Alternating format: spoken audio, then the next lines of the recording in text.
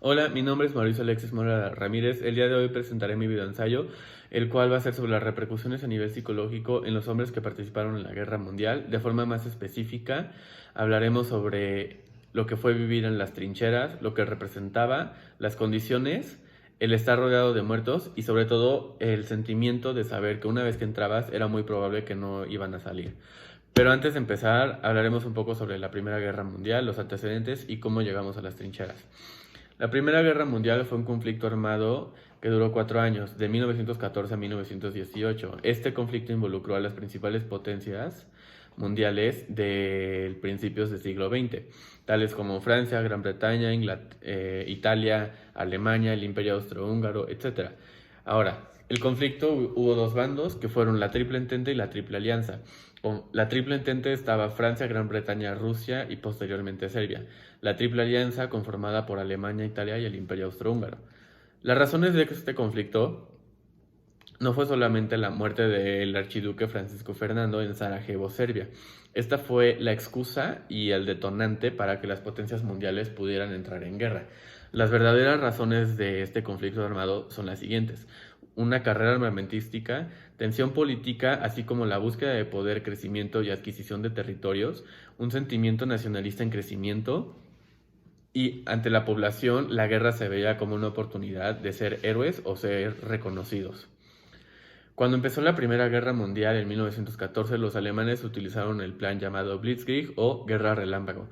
Lo que buscaban era atacar puntos estratégicos para acabar la guerra de la forma más rápida posible.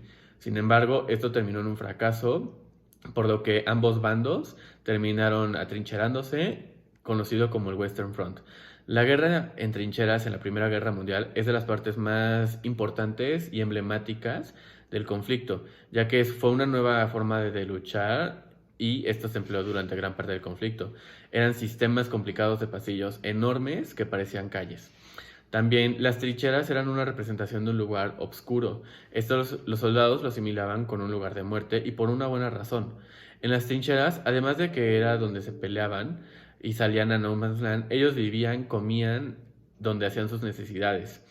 También dormían donde enterraban a los soldados caídos. Personas veían cómo sus amigos morían y se descomponían los cuerpos. Entonces, por estas razones podemos entender por qué se les conoció como la generación perdida.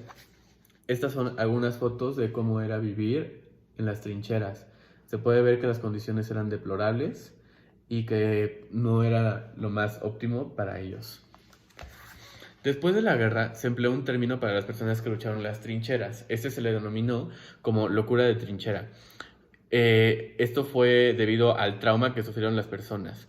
También los soldados, al tener la moral baja, incrementaron los pensamientos suicidas, al igual que los suicidios, porque pensaban que la guerra jamás iba a terminar. A nivel psicológico, hubieron casos en que las personas perdieron la capacidad de hablar. Las personas simplemente no volvieron a hablar por los horrores que vieron en la guerra. También hubo este conflicto, esta síntoma, shell shock, que básicamente es por causas de sonidos fuertes, las personas entraban en un trance y revivían partes de la guerra. También existió la mirada de las 1000 yardas, y este se le denominó así porque las personas se fijaban en puntos lejanos, como si creyeran que en donde se fijaban, ahí estaban las trincheras. Esto es el efecto de la mirada de las 1000 yardas. Y aquí está un soldado con el efecto shell shock.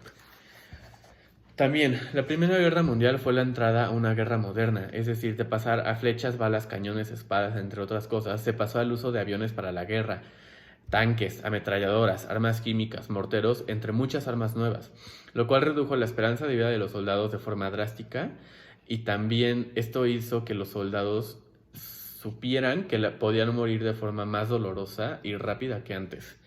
Estas son imágenes de las armas que se utilizaron, los aviones de guerra, las máscaras de gas, el horror de las máscaras de gas, el gas mostaza, los tanques.